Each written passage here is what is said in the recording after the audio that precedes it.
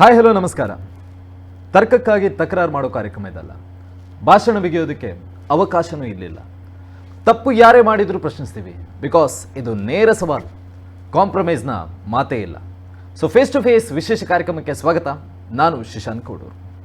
So ಇವತ್ತಿನ face to face ಕಾರ್ಯಕ್ರಮದಲ್ಲಿ ನಮ್ಮ ಜೊತೆ ಇರುವಂಥ ಅತಿಥಿ, ಇವರು ಹಿಂದುತ್ವದ ವಿಚಾರ ಅಂತ ಬಂದಾಗ ರಾಜ್ಯದಲ್ಲಿ ಅನ್ನುವಂಥದ್ದಕ್ಕಿಂತ ಕರಾವಳಿಯಲ್ಲಿ ಸ್ಪೆಷಲ್ ಆಗಿ ಮೊದಲ ಧ್ವನಿ ಎತ್ತುವಂತಹ ನಾಯಕ.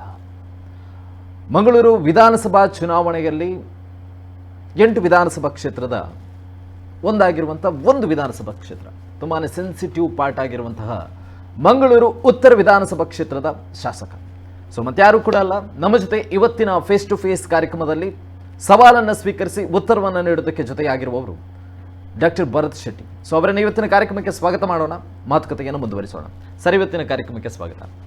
ಸೊ ಮೊದಲನೇದಾಗಿ ನನ್ನ ಇಂಟ್ರೊಡಕ್ಷನಲ್ಲೇ ಹೇಳಿದೆ, ಇಡೀ ಕರಾವಳಿಯಲ್ಲಿ ಯಾವುದೇ ಘಟನೆ ಆದರೂ, ಅದು ಉಡುಪಿ ಆಗಿರಲಿ ಅಥವಾ ದಕ್ಷಿಣ ಕನ್ನಡನೇ ಆಗಿರಲಿ, ಯಾವುದೇ 2 ಜಿಲ್ಲೆಗಳಲ್ಲಿ ಹಿಂದುತ್ವದ ವಿಚಾರವಾಗಿ ಏನೇ ಘಟನೆಗಳಾದರೂ ಮೊದಲು ಧ್ವನಿ ಎತ್ತುವಂಥದ್ದು ಭರತ್ ಶೆಟ್ಟಿ.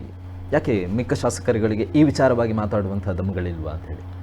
2 ಜಿಲ್ಲೆಗಳಲ್ಲಿ ಎಲ್ಲ ಶಾಸ್ತ್ರಗಳಲ್ಲೂ ಈ ಎಲ್ಲ ವಿಷಯಗಳ ಬಗ್ಗೆ ಖಂಡಿತ ರಿಯಾಕ್ಟ್ ಮಾಡಿದ್ದಾರೆ.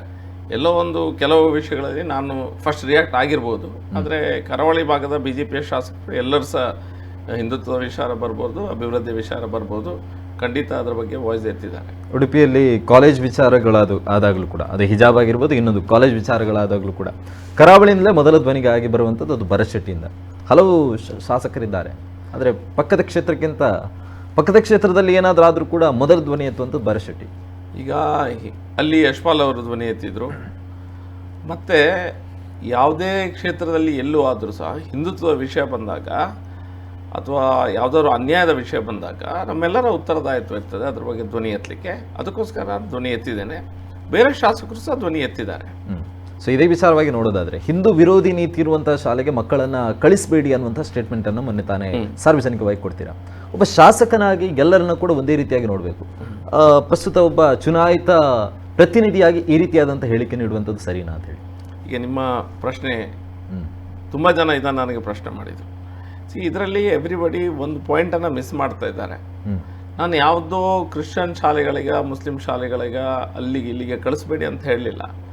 ನಾನು ಹೇಳೋದು ಪರ್ಟಿಕ್ಯುಲರ್ಲಿ ಹಿಂದೂ ವಿರೋಧಿ ನೀತಿ ಇರುವಂಥ, ಹಿಂದೂಗಳ ವಿರುದ್ಧ ಇರುವಂಥ ಮನಸ್ಥಿತಿಯ ಶಾಲೆಗಳಿಗೆ, ಕ್ರಿಶ್ಚಿಯನ್ ಶಾಲೆಗಳಿಗೆ ಕಳಿಸ್ಬೇಡಿ ಅಂತ ಹೇಳಿದ್ದೇನೆ. ಹಿಂದೂ ವಿರೋಧಿ ನೀತಿ ಇರುವಂಥ ಶಾಲೆಗಳಿಗೆ ನಮ್ಮ ಮಕ್ಕಳನ್ನು ನಾವು ಕಳಿಸ್ಬೇಕಾದ್ರೆ ಯಾವ್ದು ಪೋಷಕರು ಯಾರಿದ್ದಾರೆ ಅವರು ಅದರ ಬಗ್ಗೆ ಆಲೋಚಿಸಬೇಕು ಅನ್ನುವಂಥ ಮಾತನ್ನು ಸಹ ನಾನು ಆಡಿದ್ದೇನೆ. ನಾನು ಇನ್ನೂ ಸಹ ಸ್ಟ್ಯಾಂಡ್ ಬೈ ಇಟ್. ನಾವ್ಯಾಕೆ ಕಳಿಸ್ಬೇಕು ಹಿಂದೂ ವಿರೋಧಿ ನೀತಿ ಇರುವಂಥ ಶಾಲೆಗಳಿಗೆ? ಈ ಒಂದು ಕಾರಣಕ್ಕೋಸ್ಕರ ಕಾಂಗ್ರೆಸ್ನ ಒಬ್ಬ ನಾಯಕರು ಕೂಡ ಜಿಲ್ಲೆಯಲ್ಲಿ ಹೇಳಿರುವಂಥ ಹೇಳಿಕೆ ಇತ್ತು.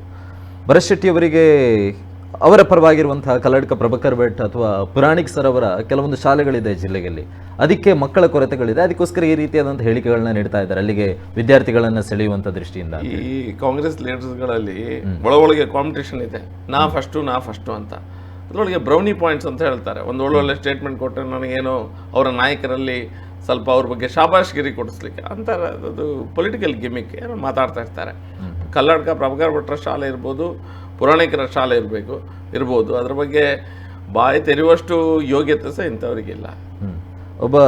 ತಾವು ಕೂಡ ಬೇಸಿಕಲಿ ನೋಡೋದಾದರೆ ಟೀಚಿಂಗ್ ಫೀಲ್ಡಿಂದಲೇ ಬಂದಂಥವ್ರು. ತಾವು ಒಬ್ಬ ಶಿಕ್ಷಕನಾಗಿ ಅಥವಾ ಆ ಫೀಲ್ಡಲ್ಲಿ ಇದ್ದಂಥವರಾಗಿ ಶಾಲೆಯ ಒಳಗಡೆ ನಡೆದಿರುವಂಥ ಒಂದು ಸಣ್ಣ ಘಟನೆ ಅಥವಾ ದೊಡ್ಡ ಘಟನೆ, ತಮ್ಮ ಪ್ರಕಾರ, ನಾನು ಅದನ್ನು ಸಣ್ಣದು ಅಂತ ಹೇಳಿದೆ, ಅದನ್ನು ಒಂದು 4 ಗೋಡೆಗಳ ನಡುವೆ ಬಗೆಹರಿಸ್ಬೋದಿತ್ತು. ಆದರೆ ಇಷ್ಟು ದೊಡ್ಡ ಮಟ್ಟಕ್ಕೆ ಸುದ್ದಿ ಮಾಡುವಂಥ ಅವಶ್ಯಕತೆಗಳಿತ್ತ? ಮೊದಲನೇದಾಗಿ ಆ ಟೀಚರ್ ಹತ್ರ ಆ ರೀತಿ ಮಾತಾಡಲಿಕ್ಕೆ ನಾವು ಹೇಳಿದ್ದಲ್ಲ. ಟೀಚರ್ ಮಾತಾಡಿದ್ದಾರೆ.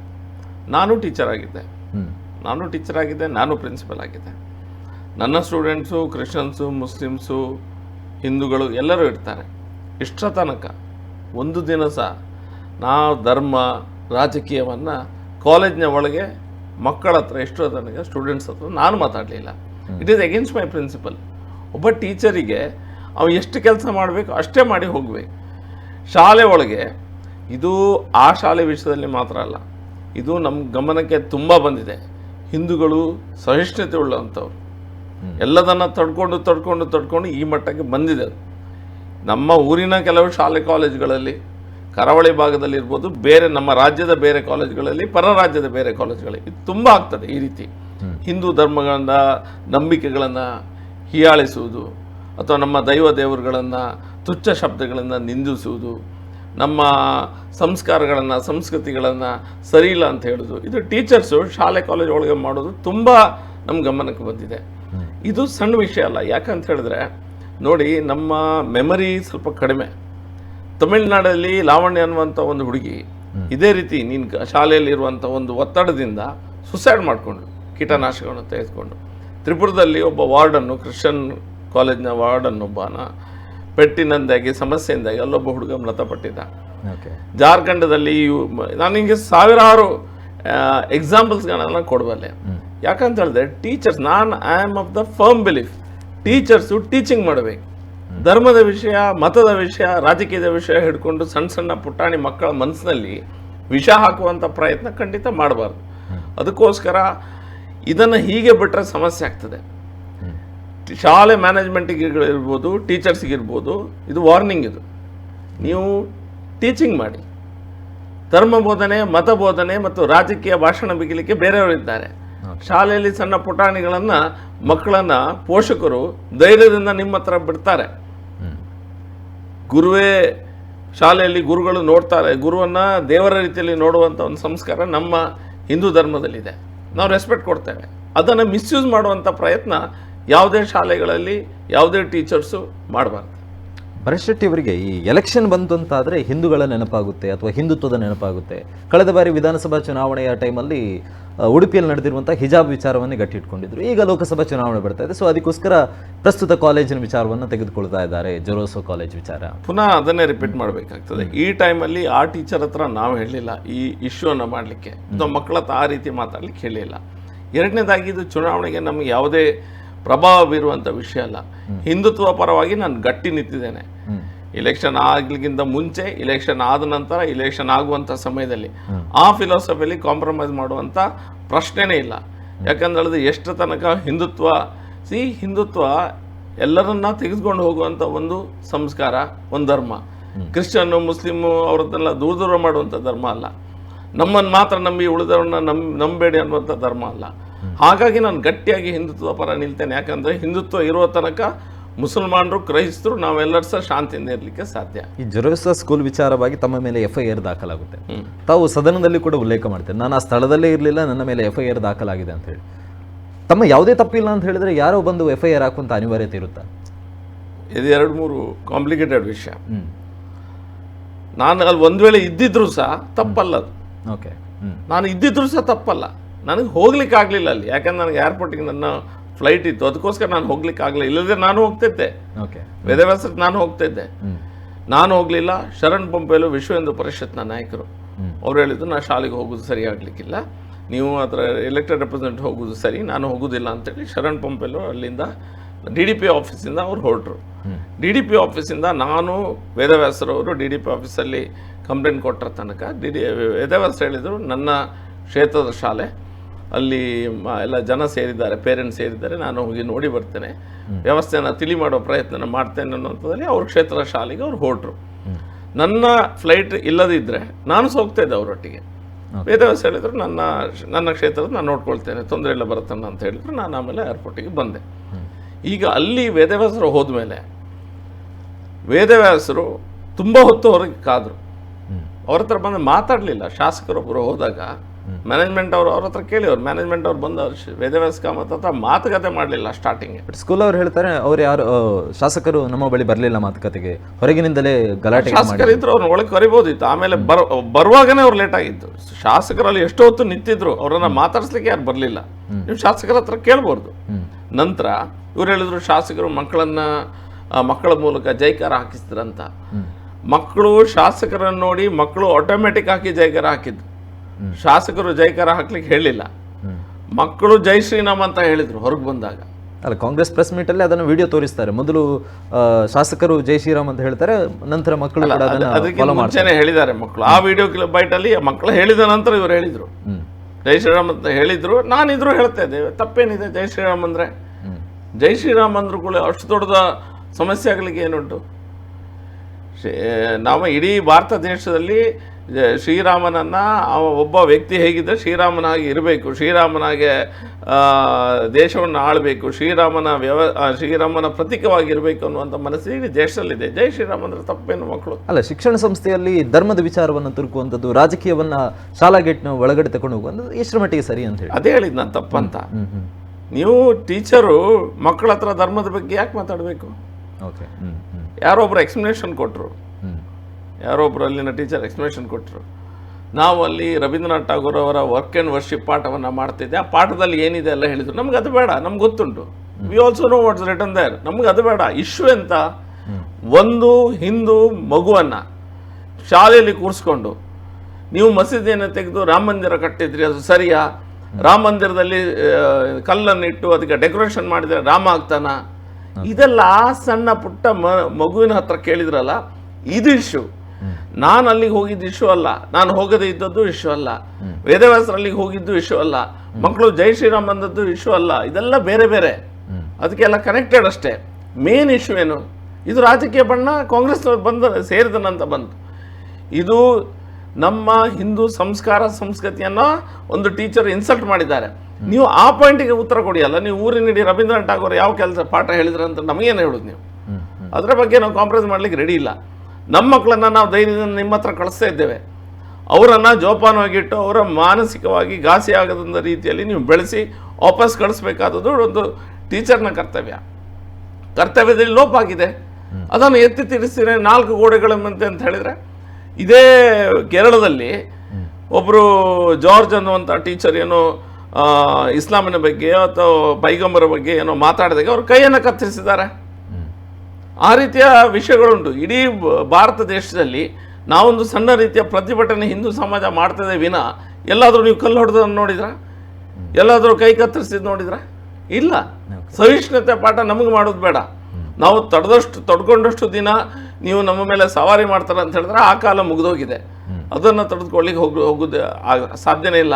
MLಗಳು ಬರ್ತಾರೆ ಹೋಗ್ತಾರೆ, MP ಗಳು ಬರ್ತಾರೆ ಹೋಗ್ತಾರೆ, ರಾಜಕೀಯ ಭಕ್ತದೆ ಹೋಗ್ತದೆ.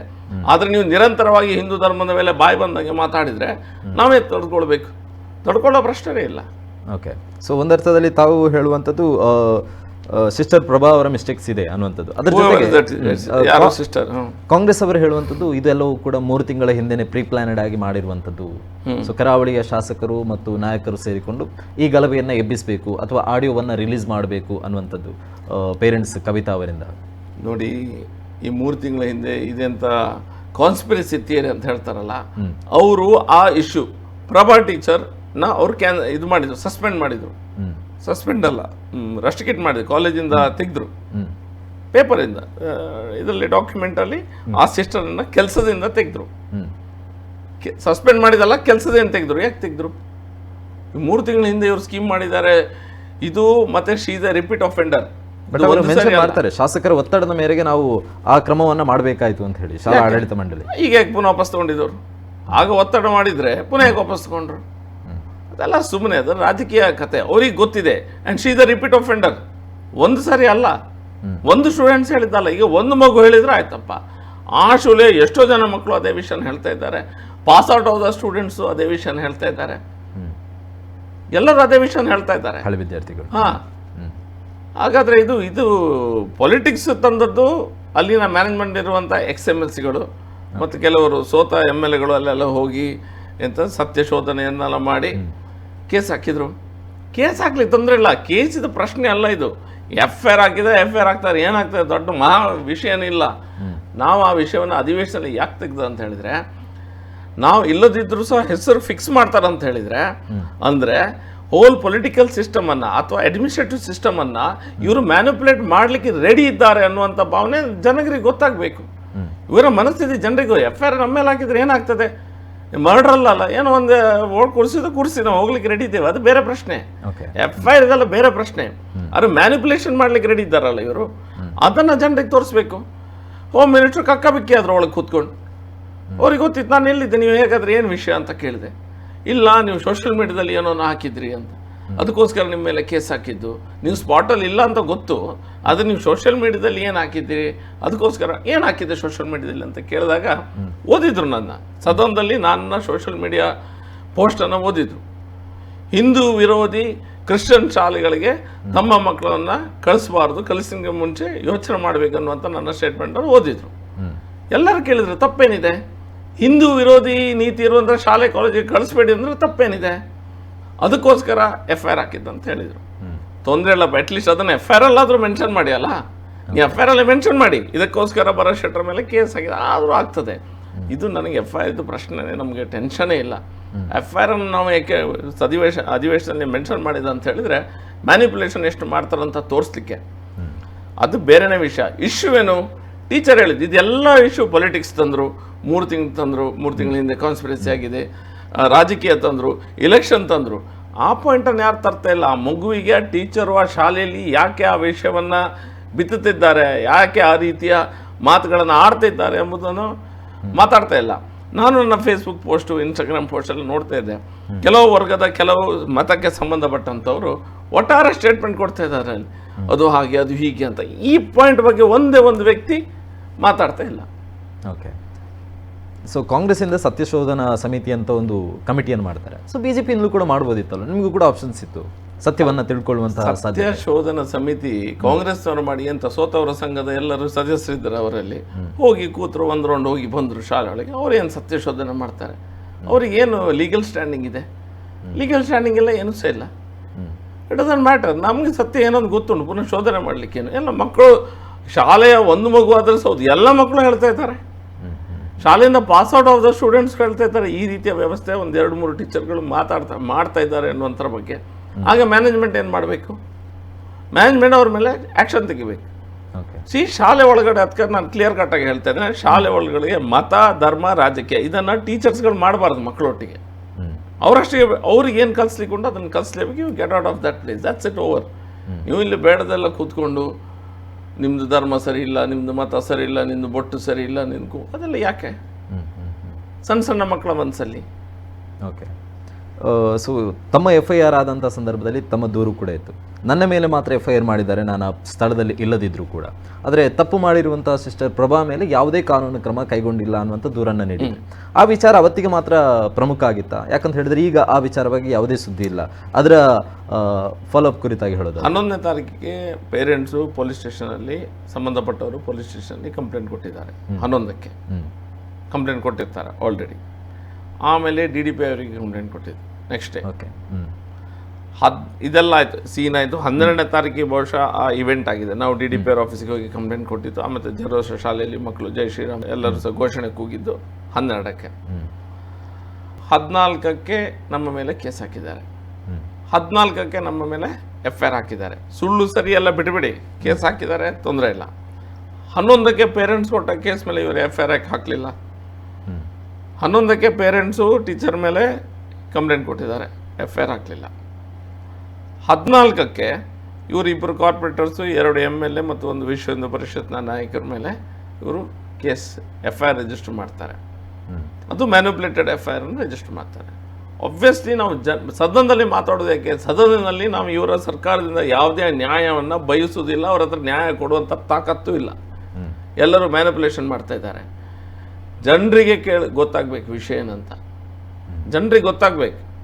ಅದಕ್ಕೋಸ್ಕರ ನಾವು ಅಧಿವೇಶನದಲ್ಲಿ ತೆಗೆದೇನೆ, ಜನರಿಗೆ ಗೊತ್ತಾಗಬೇಕು ಏನು ಪರಿಸ್ಥಿತಿ ಇದೆ ಅಂತ. ಯಾಕಂದರೆ ಇದರಲ್ಲಿ ಮಗುವನ್ನು ಶಾಲೆಗೆ ಕಳಿಸೋದು ಬಿಡುವುದು ನಿಮ್ಮ ವಿಷಯ ಅಲ್ಲ, ಅದು ಪೋಷಕರಿಗೆ ಮತ್ತು ತಂದೆ ತಾಯರಿಗೆ ಬಿಟ್ಟಂಥ ವಿಷಯ. ಎಲ್ಲರಿಗೂ ವಿಷಯ ಗೊತ್ತಾಗಬೇಕು. ಯಾರಿಗಾದರೂ ಅನ್ಯಾಯ ಆದರೆ ನಾವು ಅದರ ಪರ ಇದ್ದೇವೆ ಅನ್ನುವಂಥ ವಿಷಯ ಗೊತ್ತಾಗಬೇಕು. ಎಷ್ಟೋ ಜನರು ಯಾಕಪ್ಪ ಶಾಲೆ ಮಾಸ್ಟರ್ಗಳು ಮತ್ತು ಮಕ್ಕಳಿಗೆ ಹೆರಾಸ್ಮೆಂಟ್ ಮಾಡ್ತಾರೆ, ಟೀಚರ್ಸ್ಗಳು ಮತ್ತು ಹೆರಾಸ್ಮೆಂಟ್ ಮಾಡ್ತಾರೆ, ಮ್ಯಾನೇಜ್ಗಳು ಮತ್ತು ಸುಮ್ಮನೆ ಗಿಬಾರ್ ಮಾಡ್ತಾರೆ ಮಕ್ಕಳನ್ನು ಅನ್ನುವಂಥ ಹೆದರಿಕೆಯಿಂದ ಎಷ್ಟೋ ಜನ ಪೇರೆಂಟ್ಸ್ ಈ ವಿಷಯದ ಬಗ್ಗೆ ಮಾತಾಡ್ತಾ ಇಲ್ಲ. ಸೊ ಈ ಎಕ್ಸಾಮ್ ಟೈಮಲ್ಲೇ ಇಷ್ಟೆಲ್ಲ ಆಗಿರುವಂಥ ಅನಿವಾರ್ಯತೆಗಳಿತ್ತ? ಯಾಕಂತ ಹೇಳಿದರೆ ಆಗುವಂಥದ್ದಾಗಿದೆ ರಾಜಕೀಯಕ್ಕೋಸ್ಕರ ಅಥವಾ ಧರ್ಮದ ವಿರೋಧವಾದಂಥ ಹೇಳಿಕೆಯನ್ನು ನೀಡಿದ್ದಕ್ಕೆ ತಾವು ಖಂಡಿಸಿದ್ದೀರಾ. ಆದರೆ ಇನ್ನು ಮುಂದಕ್ಕೆ ಆ ಮಕ್ಕಳ ಪರಿಸ್ಥಿತಿ ಏನು ಅಂತ ಹೇಳಿ, ಎಕ್ಸಾಮ್ ಟೈಮ್ ಶಿಕ್ಷಕರು ಅಥವಾ ಶಾಲಾ ಆಡಳಿತ ಮಂಡಳಿಯವರು, ಶಾಲಾ ಆಡಳಿತ ಮಂಡಳಿಯ ರೆಸ್ಪಾನ್ಸಿಬಿಲಿಟಿ ಇದೆ, ಅವರು ಉತ್ತರದಾಯಿತ್ವ ಇದೆ. ಎಕ್ಸಾಮನ್ನು ಅವ್ರು ಮಾಡಿಸ್ಬೇಕು, ಅದೆಲ್ಲ ವ್ಯವಸ್ಥೆ ಸರಿಯಾಗಿ ಮಾಡಬೇಕು. ಇದು ಎಕ್ಸಾಮ್ ಇದೆ ಮತ್ತೊಂದಿದೆ ಅಂತ ಹೇಳಿ ನೀವು ಯಾವುದೋ ಒಂದು ಧರ್ಮದ ಬಗ್ಗೆ ಆಯ್ತಪ್ಪ. ಈಗ ನಾನು ಕ್ರಿಶ್ಚಿಯನ್ ಮಕ್ಕಳನ್ನೆಲ್ಲ ಕೂರಿಸಿ ಜೀವಮಾನದಲ್ಲಿ ನಾನು ಮಾಡೋದಿಲ್ಲ, ಆದರೂ ಸಹ ಕ್ರಿಶ್ಚಿಯನ್ ಮಕ್ಕಳನ್ನು ಕೂರಿಸಿ, ಮುಸಲ್ಮಾನರ ಮಕ್ಕಳನ್ನು ಕೂಡಿಸಿ, ನಿಮ್ಮದು ಯೇಸು ಸರಿ ಇಲ್ಲ, ನಿಮ್ಮದು ಬೈಬಲ್ ಸರಿ ಇಲ್ಲ, ನಿಮ್ಮ ಬೈಬಲಲ್ಲಿ ಅರ್ತ್ ಇಸ್ ಫ್ಲಾಟ್ ಅಂತ ಹೇಳಿದ್ದಾರೆ, ಅದು ಸರಿ ಇಲ್ಲ. ಕುರಾನ್ನಲ್ಲಿ ಅದು ಇದೆ, ಅದು ಸರಿ ಇಲ್ಲ ಅಂತ ಹೇಳಿದ್ರೆ ಅವರಿಗೆ ಬೇಸರ ಆಗ್ತದೆ ಇಲ್ವಾ? ಅವ್ರ ತಂದೆ ತಾಯಿಂದವರು ಗಲಾಟೆ ಮಾಡ್ತಾರೆ, ಯಾವ ರೀತಿ ಗಲಾಟೆ ಆಗ್ಬೋದು ಅಂತ ನೀವು ಯೋಚನೆ ಮಾಡಿ. ಹಾಗಾದರೆ ಹಿಂದೂಗಳು ಮಾಡಿದರೆ ತಪ್ಪೇನು ಅದರಲ್ಲಿ? ಹಿಂದೂಗಳು ನಮ್ಮ ವಿರುದ್ಧ ಆಗುವಂಥ ವಿಷಯದ ಬಗ್ಗೆ ತಪ್ಪಾದಾಗ ಎದ್ದು ನಿಂತರೆ ತಪ್ಪೇನು? ನಾವು ಹೇಳಿದ ಕೂಡಲೇ ನಿಮಗೆ ರಾಜಕೀಯ ಬರ್ತದೆ, ಎಲ್ಲರಿಗೂ ಸಹ ಎಕ್ಸಾಮ್ಸ್ ಬರ್ತದೆ, ಮತ್ತೊಂದು ಬರ್ತದೆ. ಎಲ್ಲದು ರಾಜಕೀಯ ದೃಷ್ಟಿಕೋನದಿಂದ ಯಾಕೆ ನೋಡಬೇಕು? ಅವರಿಗೆ ರಾಜಕೀಯ ಟೆನ್ಷನ್, ಅವರಿಗೆ ಪೋಲರೈಸೇಷನ್ ಟೆನ್ಷನ್ ಇರೋದು. 3 ಲಕ್ಷ ಹತ್ರ ಲೀಡ್ ಇದೆ ನಮ್ದು, ಇಲ್ಲಿ ಕ್ಯಾಂಡಿಡೇಟ್ ಇಲ್ಲ ಕಾಂಗ್ರೆಸ್ಸಿಗೆ, ಅವರಿಗೆ ಟೆನ್ಷನ್ ಆಗ್ಬೇಕು. ನಮ್ಗೆ ಆ ಟೆನ್ಷನ್ ಇಲ್ಲ.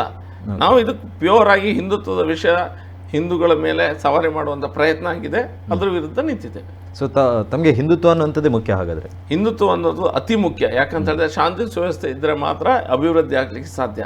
ಅಭಿವೃದ್ಧಿಯ ವಿಷಯ ಬಂದಾಗ ನಾನು ಇಷ್ಟವರೆಗೆ ನಾವು ಯಾರು ಸಹ ನಮ್ಮ ಜಿಲ್ಲೆಯಲ್ಲಿರುವಂಥ ಶಾಸಕರು ಯಾರು ಸಹ ಕಾಂಪ್ರಮೈಸ್ ಮಾಡಲಿಲ್ಲ. ನಮ್ಮ ಜಿಲ್ಲೆಯಲ್ಲಿ ಈಗಿನ ಶಾಸಕರ ಪೈಕಿಯಲ್ಲಿ ನಾವೆಲ್ಲರೂ ಸಹ ಮಾಡಿದಷ್ಟು ಅಭಿವೃದ್ಧಿ ಕೆಲಸ ಹಿಂದೆಂದೂ ಆಗಿರಲಿಕ್ಕಿಲ್ಲ. ಪ್ರತಿಯೊಂದು ಶಾಸಕರ ಬಗ್ಗೆ ನಾನು ಗ್ಯಾರಂಟಿಯಾಗಿ ಕೊಡಬಲ್ಲೆ. ಎಲ್ಲರೂ ಸಹ 2,000 ಕೋಟಿಗಿಂತ ಜಾಸ್ತಿ ಪ್ರತಿಯೊಂದು ಇದರಲ್ಲಿ 2-3 ಸಾವಿರ ಕೋಟಿಯಷ್ಟು ಅಭಿವೃದ್ಧಿಯನ್ನು ನಮ್ಮ ಕ್ಷೇತ್ರದಲ್ಲಿ ಮಾಡಿದ್ದೇವೆ. ಕೋವಿಡ್ ಸಮಸ್ಯೆ ಇತ್ತು, ಅದನ್ನು ಅದೇ ಸಮಯದಲ್ಲಿ 2 ವರ್ಷ ಕೋವಿಡ್ ಸಮಸ್ಯೆಯನ್ನು ಎದುರಿಸಿದ್ದೇವೆ. 1.5 ವರ್ಷ ನಾವು ಅಪೋಸಿಷನ್ನಲ್ಲಿ ಕೂತಿದ್ದೇವೆ. 1 ವರ್ಷ ಅಪೋಸಿಷನ್ ಕೂತಿದ್ದೆ, 1.5 ವರ್ಷ ಚಿಲ್ಲರೆ, 1.5 ವರ್ಷ ನಮ್ಮ ಸರ್ಕಾರ ಕಂಪ್ಲೀಟ್ ಆಗಿ ನಮ್ಗೆ 1.5 ವರ್ಷ ಸಿಕ್ತು. ಆದರೂ ಸಹ ಕೋವಿಡ್ನ ಸಮಸ್ಯೆಗಳಿಗೆ ಹಣದ ಸಮಸ್ಯೆ ಇತ್ತು, ಆದರೂ ಸಹ ಇಷ್ಟು ಅಭಿವೃದ್ಧಿಯನ್ನು ಮಾಡಿದ್ದೇವೆ. ಅಭಿವೃದ್ಧಿಗೆ ನಾವು ಎಲ್ಲೂ ಸಹ ರಾಜಕೀಯ ಮಾಡಲಿಲ್ಲ. ಅಭಿವೃದ್ಧಿ ಮಾಡುವಂಥ ಸಂದರ್ಭದಲ್ಲಿ ಧರ್ಮನ ಒಳಗೆ ತರಲಿಲ್ಲ, ನೊಳಗೆ ತರಲಿಲ್ಲ.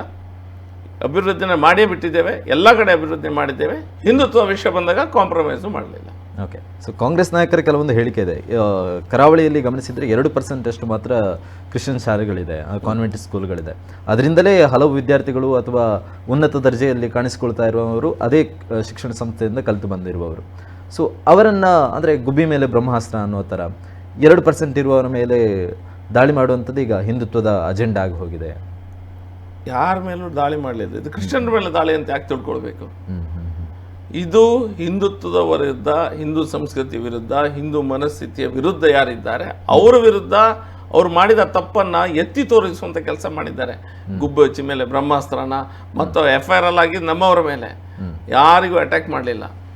ಹಿಂದೂ ಸಂಸ್ಕೃತಿ ವಿಷಯದ ಬಗ್ಗೆ ಯಾರು ತಪ್ಪು ಮಾತಾಡಿದ್ದಾರೋ ಅದನ್ನು ಸಮಾಜಕ್ಕೆ ಎತ್ತಿ ತೋರಿಸುವಂಥ ಪ್ರಯತ್ನವನ್ನು ನಾವು ಮಾಡಿದ್ದೇವೆ. ಓಕೆ. ಸೊ ತಾವುಗಳು ಹೇಳ್ತಾ ಇದ್ದಾರೆ ಈಗ ಕಾಂಗ್ರೆಸ್ ಅವರು ಇದರಿಂದ ರಾಜಕೀಯ ಲಾಭ ಪಡೆದುಕೊಳ್ತಾ ಇದ್ದಾರೆ ಅಂತೇಳಿ. ಯಾವ ರೀತಿಯಾದಂಥ ರಾಜಕೀಯ ಲಾಭ ಇದೆ ನೋಡಿ, ಅವರು ಪೋಲರೈಸೇಷನ್ಗೆ ಯೋಚನೆ ಮಾಡ್ತಾ ಇದ್ದಾರೆ. ಇದರಲ್ಲಿ ಕೆಲವು ಕಾಂಗ್ರೆಸ್ ನಾಯಕರೊಂದು ಅವರವರ ಮತಧರ್ಮದವರ ಲೀಡರ್ಸ್ ಯಾರಿದ್ದಾರೆ ಅವರನ್ನು ಎಲ್ಲೋ ಪ್ಲೀಸ್ ಮಾಡಲಿಕ್ಕೆ ನೋಡ್ಕೊಳ್ತಾ ಇದ್ದಾರೆ. ಒಂದೆಲ್ಲೋ ಒಂದು ಕಡೆ ನಾವು ನಿಮ್ಮ ಪರ ಇದ್ದೇವೆ, ನಿಮ್ಗೇನು ಇದರಲ್ಲಿ ತಪ್ಪು ಸರಿ ಯಾರಿಗೂ ಯೋಚನೆ ಬರ್ತಾ ಇಲ್ಲ. ಬೇಸರದ ಸಂಗತಿ ಅಂತ ಹೇಳಿದ್ರೆ ಇದು ತಪ್ಪು ಯಾವುದು ಸರಿ ಯಾವುದು ಅದ್ರ ಬಗ್ಗೆ ಯಾರು ಪ್ರಶ್ನೆ ಮಾಡೋದಿಲ್ಲ. ಕಾಂಗ್ರೆಸ್ನ ನಾಯಕರು ಇರ್ಬೋದು, ಬೇರೆ ನಾಯಕರು ಇದ್ರ ವಿರುದ್ಧ ಯಾರು ಮಾತಾಡ್ತಾ ಇದ್ದಾರೆ. ಆ ಟೀಚರ್ ಹೇಳಿ ತಪ್ಪ, ಅದು ಸಣ್ಣ ವಿಷಯ ಬಿಟ್ಟುಬಿಡಿ. ಸಣ್ಣ ವಿಷಯ ಹೇಗೆ ಆಗೋದು? ಎಲ್ಲ ಕಡೆ ಇದಾಗ್ತಾಯಿದೆ, ಎಲ್ಲ ಶಾಲೆಯಲ್ಲಿ ಇದಾಗ್ತಿದೆ ಅಂತ ಅಲ್ಲ.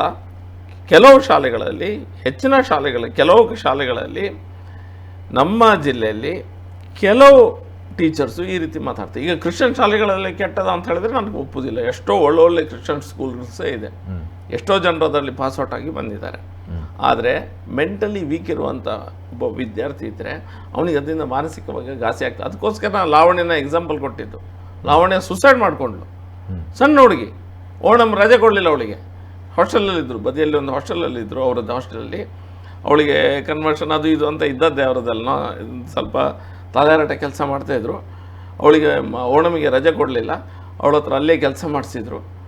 ಅವಳು ಬೇಸತ್ತು ಸುಸೈಡ್ ಮಾಡಿಕೊಂಡ್ಳು. ಸಣ್ಣ ಮಕ್ಕಳು. ಇದನ್ನು ಕೆಲವು ಸತಿ ನಮ್ಮ ಟೈಮ್ ಸರಿ ಇಲ್ಲದಿದ್ದರೆ ಏನೋ ಒಂದು ಅಪಘಾತ ಆಗಲಿಕ್ಕೆ ಸಾಧ್ಯ ಇದೆ. ಇದನ್ನು ಪೇರೆಂಟ್ಸ್ ಸ್ವಲ್ಪ ಗಮನದಲ್ಲಿ ಇಟ್ಕೊಳ್ಬೇಕು ಈಗಿನ ಪರಿಸ್ಥಿತಿಯಲ್ಲಿ. ಓಕೆ. ಅಂದರೆ ಪಬ್ಲಿಕ್ ಒಪಿನಿಯನ್ ಇದೆ. ಈ ಹಿಂದೆನೂ ಕೂಡ ಮಂಗಳೂರಲ್ಲಿ ಇದೇ ರೀತಿಯಾದಂಥ ಕಾಲೇಜಿನಲ್ಲಿ ಒಂದು ಘಟನೆ ನಡೆದಿತ್ತು. ಆವಾಗ ಇದನ್ನು ದೊಡ್ಡ ಮಟ್ಟಿಗೆ ಸುದ್ದಿ ಮಾಡಿಲ್ಲ BJPಗರು. ಯಾಕಂತ ಹೇಳಿದರೆ ಆವಾಗ ಎಲೆಕ್ಷನ್ ಇರಲಿಲ್ಲ. ಈಗ ಎಲೆಕ್ಷನ್ ಹತ್ತಿರ ಬರ್ತಾ ಇದೆ. ಸೊ ಇದೇ ಒಂದು ರಾಜಕೀಯ ಬೇಳೆ ಅಂತ ಹೇಳಿ ದೊಡ್ಡ ಮಟ್ಟಿಗೆ ಸುದ್ದಿ ಮಾಡ್ತಾ ಇದ್ದಾರೆ. ಹಿಂದೆ ಆದದ್ದು ನನ್ನ ಗಮನಕ್ಕೆ ಎಕ್ಸಾಕ್ಟ್ ಆಗಿ ಅದು ಪೇರೆಂಟ್ಸ್ ಯಾರು ಬಂದು ಕೊಟ್ಟಿದ್ದಿಲ್ಲ. ಖಂಡಿತ ನಾವು ಅದನ್ನು ಬಿಡ್ತಾ ಇರಲಿಲ್ಲ. ಈಗ ಎಲ್ಲ ಹೇಳ್ತಾ ಇದ್ದಾರೆ, ಹಿಂದೆ ಮೊನ್ನೆ ಒಂದು ಆಗಿತ್ತು, ಈಗ ಒಂದು ಆಗಿತ್ತು, ಎಲ್ಲೋ ಒಂದು ಕಡೆ ಸ್ಕೂಲಲ್ಲಿ ರಾಖಿಯನ್ನು ತೆಗೆದು ಬಿಚ್ಚಿ ಬಿಸಾಡಿದ್ರು. ಆಮೇಲೆ ಅವ್ರು ಏನು ಮಾಡಿದ್ರು, ಪೇರೆಂಟ್ಸ್ ಎಲ್ಲ ಕರೆದು ಕಾಂಪ್ರಮೈಸ್ ಮಾಡಿದ್ರು. ನಮ್ಮವರಿಗೆ ಬರಲೇ ಇಲ್ಲ ಅದೆಲ್ಲ. ನಮ್ಮೊಳಗೆ ಬರಲಿಲ್ಲ, ಅದೇ ಕಾಂಪ್ರಮೈಸ್ ಮಾಡಿ ಅಲ್ಲೇ ಮ್ಯಾನೇಜ್ಮೆಂಟ್ ಅವರು ಸರಿ ಮಾಡಿಬಿಟ್ರು. ಇದೊಂದು ವಿಷಯ ಪೇರೆಂಟ್ಸ್ ಯಾರಿದ್ದಾರೆ ಧೈರ್ಯವಾಗಿ ಮಾತಾಡಿದರು, ಹಾಗಾಗಿ ಅದು ಸ್ವಲ್ಪ ಇಶ್ಯೂ ದೊಡ್ಡದಾಗಿ ಎಲ್ಲರಿಗೂ ಸಹ ಗೊತ್ತಾಯಿತು.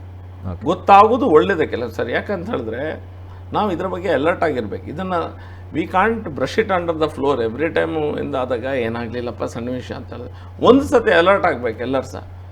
ಇನ್ನು ಮುಂದೆ ಆಗಲಿಕ್ಕೆ ಒಂದು 2 ಬಾರಿ ಯೋಚನೆ ಮಾಡ್ತಾರೆ ಜನ, ಈ ರೀತಿ ನಾವು ಮಾತಾಡಬೇಕಾ ಬೇಡವಾ, ಶಾಲೆಯಲ್ಲಿ ಏನು ಪಾಠ ಮಾಡಲಿಕ್ಕೆ ಉಂಟು, ಅವರ ಸಬ್ಜೆಕ್ಟ್ ಏನು, ಅವರ ಕರಿಕ್ಯುಲಮಲ್ಲಿ ಏನಿದೆ ಅದನ್ನು ನೀವು ಕಲಿಸಿ ಹೋಗಿ, ದಟ್ಸ್ ಇಟ್, ಓವರ್.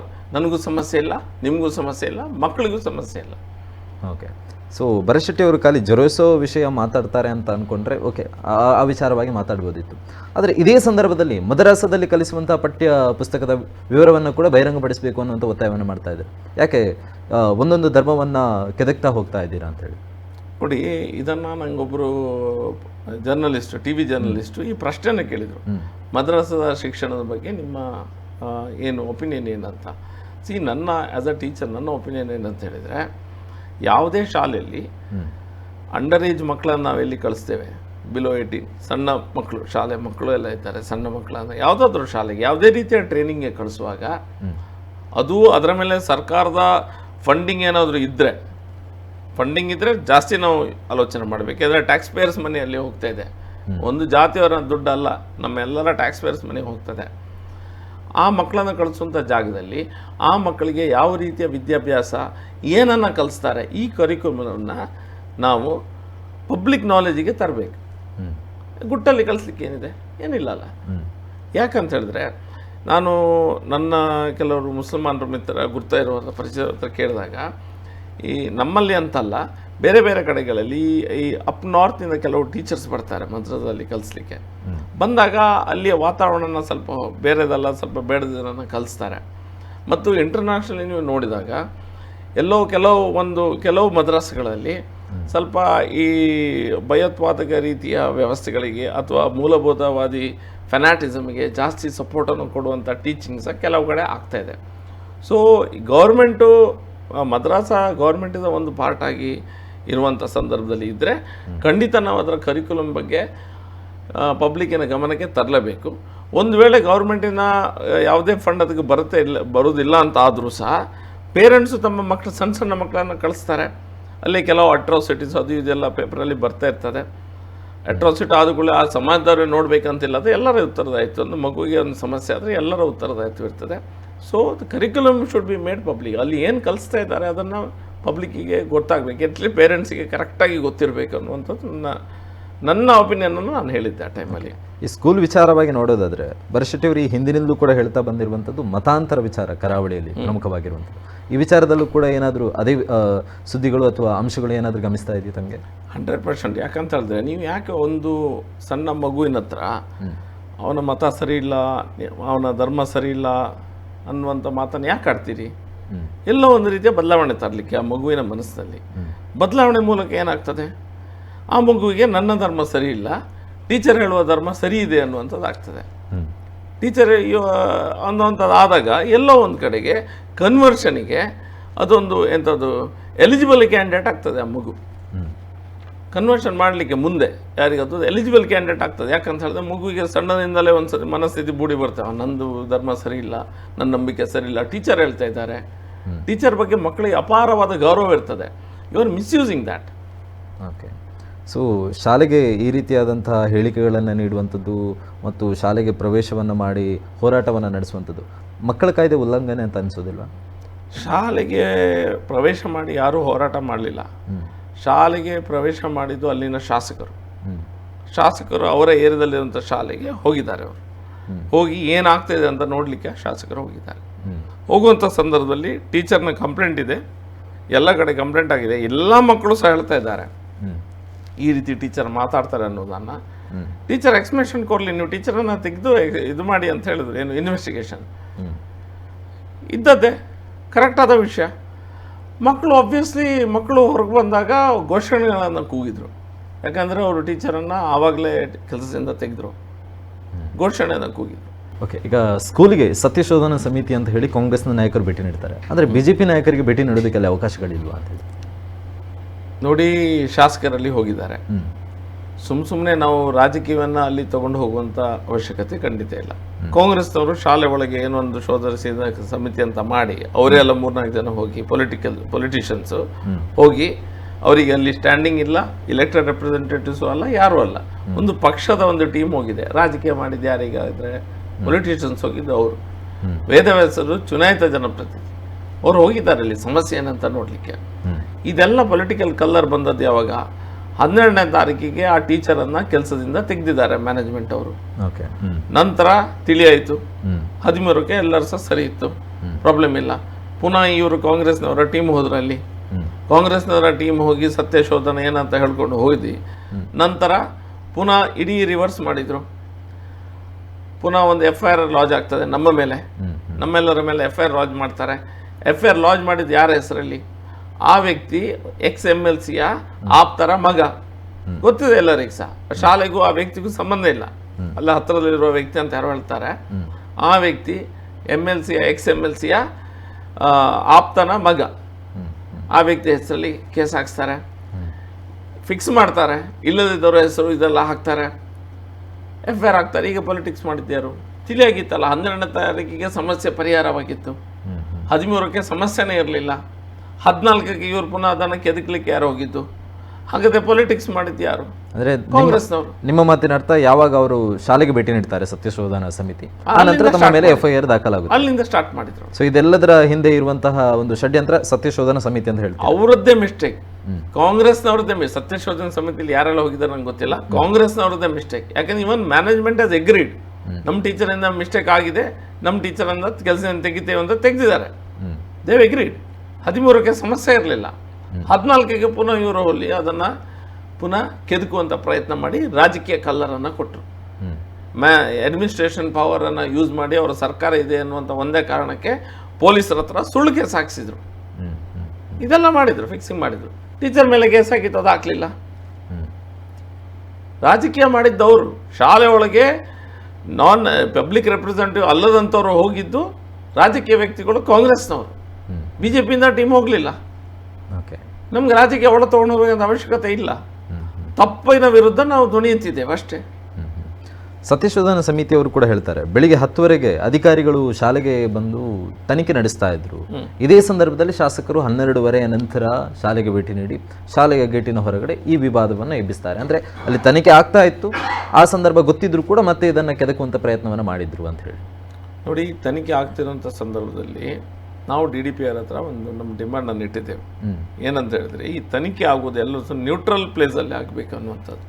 ನೀವು ಶಾಲೆಯಲ್ಲಿ ಅಲ್ಲೇ ಮಕ್ಕಳನ್ನ ಟೀಚರ್ಸ್ ಎದುರು ಕರೆದು ಅವರು ಇಂಟರ್ವ್ಯೂ ಮಾಡಿದರೆ ಎಲ್ಲೋ ಒಂದು ಕಡೆ ಮಕ್ಕಳಿಗೆ ಹೆದರಿಕೆ ಆಗ್ತದೆ, ಪೋಷಕರು ಸಹ ಹೆದರಿಕೆ ಆಗ್ತದೆ. ನಾವು ಅದು ಕೇಳಿದ್ದೇನೆ, ನೀವು ಅವರನ್ನು ಆಫೀಸಿಗೆ ಕರೆಸಿ, DDP ಆಫೀಸಿಗೆ ನ್ಯೂಟ್ರಲ್ ಗ್ರೌಂಡಲ್ಲಿ ನೀವು ಟೀಚರ್ಸನ್ನು ಕರೆಸಿ, ಪೇರೆಂಟ್ಸನ್ನು ಕರೆಸಿ, ಮಕ್ಕಳನ್ನು ಕರೆಸಿ, ಅಲ್ಯೂಮಿನಿ ಸ್ಟೂಡೆಂಟ್ಸ್ ಯಾರಿದ್ದಾರೆ ಪಾಸ್ಔಟ್ ಆದ ಸ್ಟೂಡೆಂಟ್ಸನ್ನು ಕರೆಸಿ ನಿಮ್ಮ ಆಫೀಸಲ್ಲಿ ನೀವು ಮಾತಾಡಿಸಿ ಅಂತ ಹೇಳಿದೆ.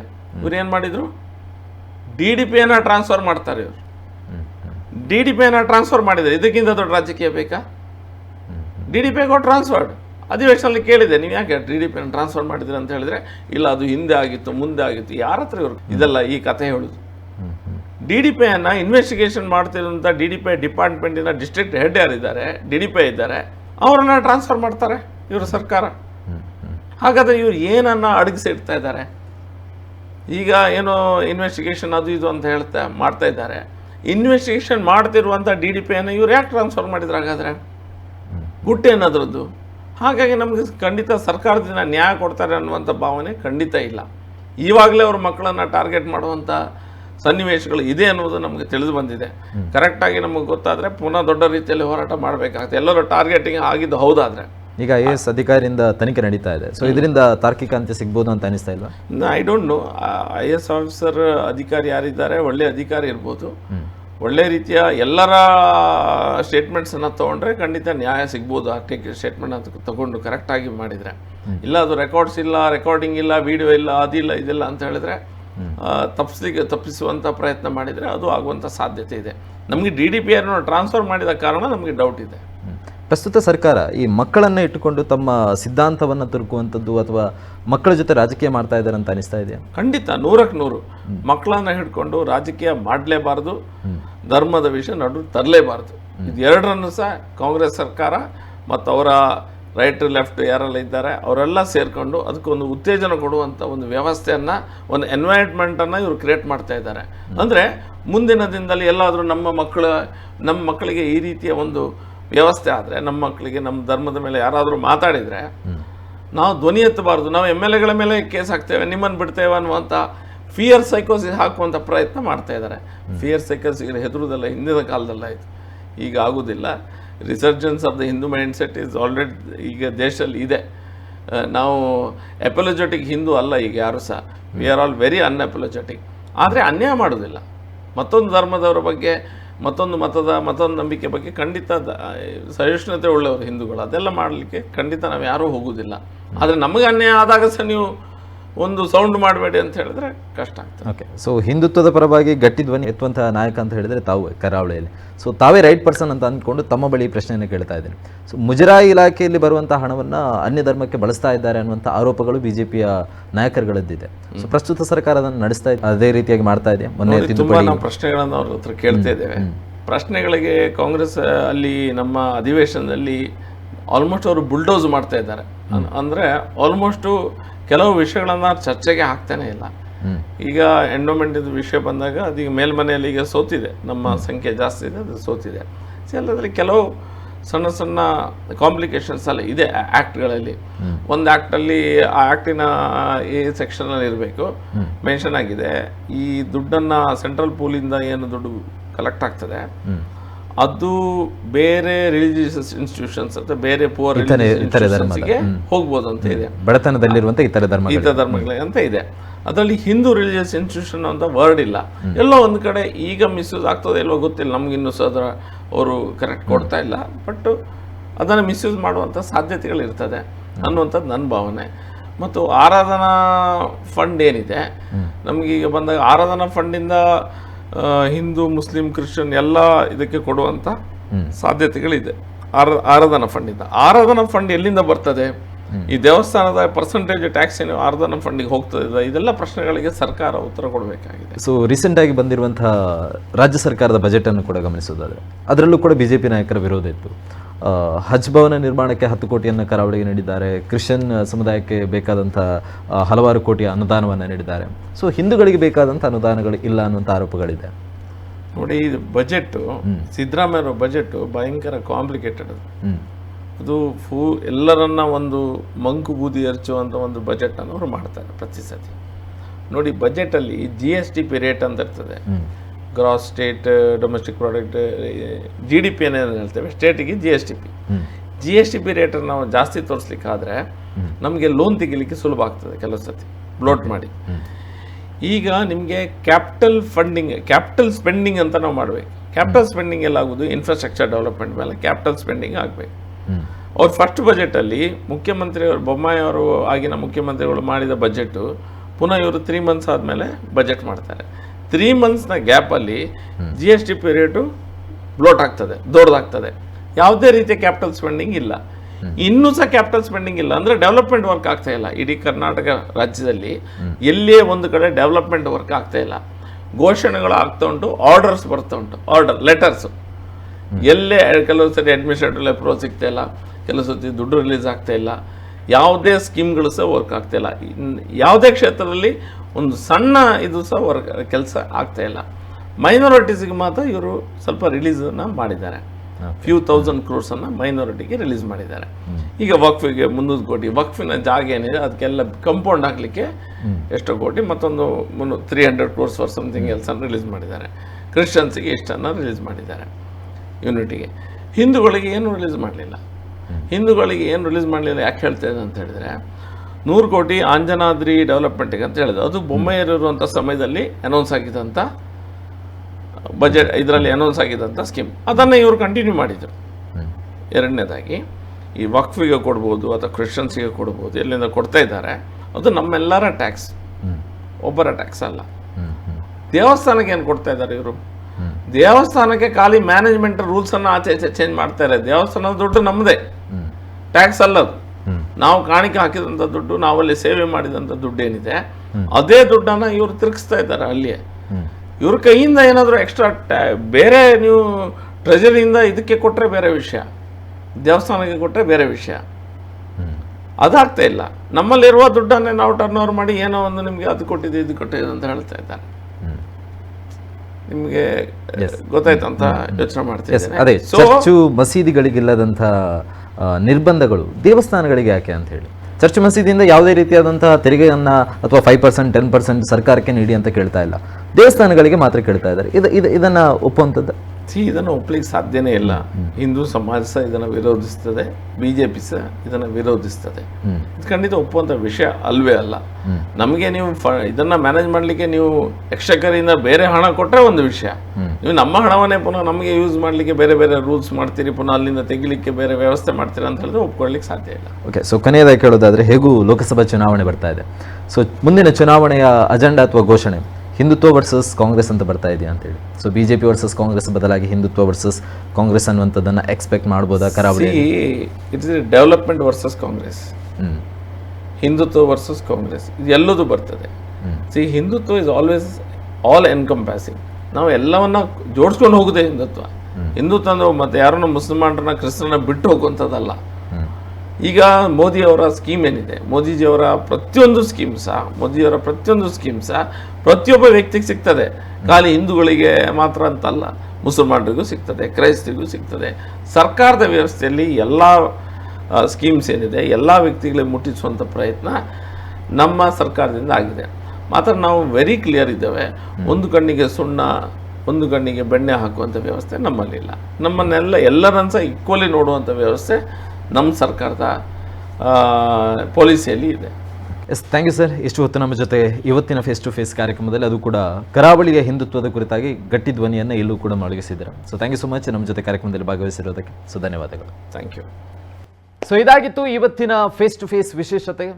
ಮುಂದಿನ ಫೇಸ್ ಟು ಫೇಸ್ ವಿಶೇಷ ಕಾರ್ಯಕ್ರಮದಲ್ಲಿ ಇನ್ನೊರು ಅತಿಥಿ ಜೊತೆ ಬರ್ತೀವಿ. ಸೊ ಇದಾಗಿತ್ತು ಇವತ್ತಿನ ವಿಶೇಷ. ನಿರಂತರ ಸುದ್ದಿ ಹಾಗೂ ಮನೋರಂಜನೆಗಾಗಿ ನೋಡ್ತಾ ಇರಿ ನಮ್ಮ ಟಿವಿ.